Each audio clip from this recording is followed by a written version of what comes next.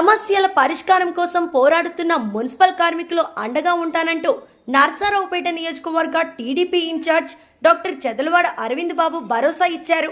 ఈ మేరకు Narasaraopet municipal commissioner కార్యాలయాన్ని ఆదివారం కార్మికులతో కలిసి ముట్టడించారు. నిద్రాహారాలు మాని కార్మికులు రోడ్లపై ఆందోళనలు చేస్తూ ఆకలి కేకలు పెడుతుంటే ప్రభుత్వానికి పట్టదా అని ప్రశ్నించారు. తక్షణమే కమిషనర్ వచ్చి సమాధానం చెప్పాలని అన్నారు.